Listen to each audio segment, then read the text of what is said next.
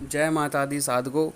आज मैं आपको योगिनी की सिद्धि कैसे की जाती हैं। जिन्हें बहुत समय हो गया है वो इस तरीके से साधना करें, ज़रूर लाभ होगा। वैसे तो योगिनियाँ 64 योगिनियाँ होती हैं, लेकिन 4-5 योगिनियाँ ऐसी हैं जो बहुत जल्दी प्रसन्न होकर साधक की इच्छा के अनुरूप कार्य करती है और उसकी इच्छा की पूर्ति वो करती है। किसी भी साधक को कोई भी तांत्रिक प्रयोग, तंत्र मंत्र, यंत्र साधना से पहले अपने इष्ट देव का स्मरण और अपने पूज्य गुरुदेव का आशीर्वाद व मार्गदर्शन प्राप्त कर लेना चाहिए और उनका पालन करना चाहिए, तभी सिद्धि आपको मिलती है। योगिनी की साधना अनेक रूप से की जाती है। माँ, बहन, पुत्री, प्रेमिका, पत्नी के रूप में इनकी साधना की जाती है और साधक जिस रूप में इनको साधता है, ये उसी प्रकार का व्यवहार व परिणाम भी साधक को प्रदान करती है। योगिनी को पत्नी या प्रेमिका के रूप में साधने पर साधक को किसी भी प्रकार की कठिनाई, हानि नहीं होती और जब ये सिद्ध हो जाती है तो साधक के व्यक्तित्व को इतना प्रभावशाली, इतना शक्तिशाली बना देती हैं कि साधक के संपर्क में रहने वाला प्रत्येक व्यक्ति योगिनी साधक के मन के अनुकूल आचरण करने लगता है और सिद्ध हो जाने पर योगिनी अनेक प्रकार के द्रव्य, रसायन साधक को स्वयं ही प्रदान करती है। ये निरंतर मनमोहक और इसके शरीर से निरंतर सुगंध निकलती रहती है, जिसके प्रभाव में साधक को बहुत अच्छा लगता है और कामदेव के समान ये होती हैं, काम को उत्तेजित करती हैं। लेकिन आप अनुष्ठान काल के अंदर संयमित बने रहें, ब्रह्मचर्य का पालन करें, तभी ये सिद्ध होती हैं।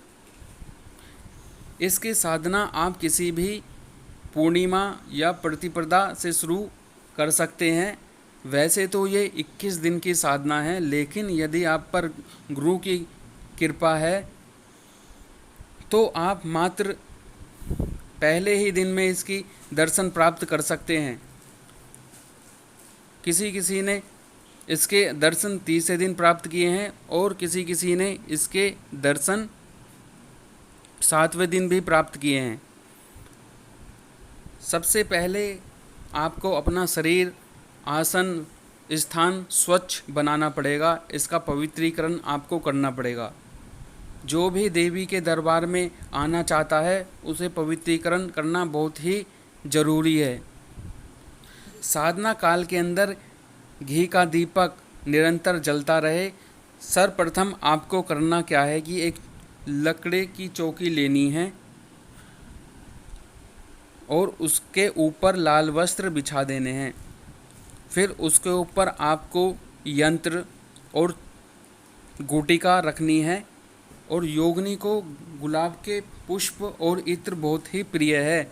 आप यंत्र पर 5 गुलाब के पुष्प चढ़ाएं और इत्र चढ़ाएं, आसन पर छिड़कें, अपने ऊपर छिड़कें। फिर आप चावल और एक जल का पात्र लेकर अपने सामने रखें। जब तक ये साधना ना हो तब तक वो जल आप कहीं मत डालें।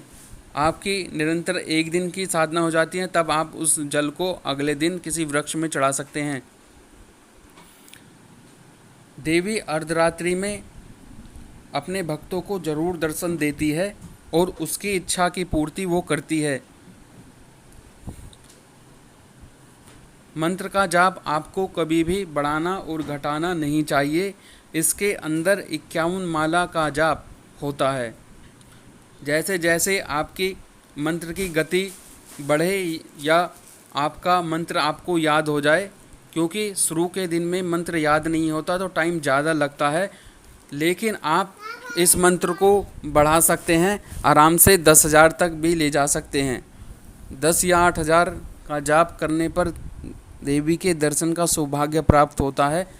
नहीं अगर हो सकता तो आप 51 माला तो ज़रूर अवश्य ही आपको करनी चाहिए। मंत्र मैं आपको बताता हूँ। मंत्र कुछ इस प्रकार है। ओम ह्रीं आगच्छ कामेश्वरी स्वाहा।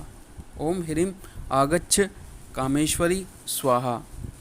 ओम ह्रीं आगच्छ कामेश्वरी स्वाहा। यंत्र और गुटिका अपने सामने रखें। गंगा जल छिड़क ले। एकांत स्थान का चयन करें जहाँ पर आपको कोई परेशान करने वाला ना हो या कोई विघ्न पैदा करने वाला ना हो। रात्रि काल में 11 बजे के बाद से ये साधना को शुरू करें और किसी भी साधना को करने से पहले आपको गुरु का भी आशीर्वाद लेना चाहिए। वैसे ये 21 दिन की साधना है। 21 दिन के बाद में आपको एक हवन करें या आप रोज़ भी जितनी आप माला कर रहे हैं उसके हिसाब से 10वां हिस्सा इसका हवन कर सकते हैं। इसमें कोई परेशानी नहीं है। यहाँ तक कि आप हवन करते हैं तो ये मंत्र आपका खुलने लगता है और शक्ति आपको प्राप्त होने लगती है।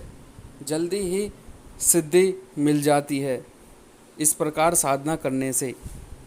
लेकिन आप साधना को नियमित समय पर ही करें, उसका समय ना बदलें। यदि आपने कोई ये साधना 11 बजे से आप कर रहे हैं तो अगले दिन भी आप इसे 11 बजे से करें। ऐसा नहीं है कि कभी आप 10 बजे कर रहे हैं, कभी 11 बजे कर रहे हैं या 12 बजे कर रहे हैं। इस तरीके से कोई फ़ायदा नहीं होगा। आप निरंतर एक ही समय पर ये साधना करें।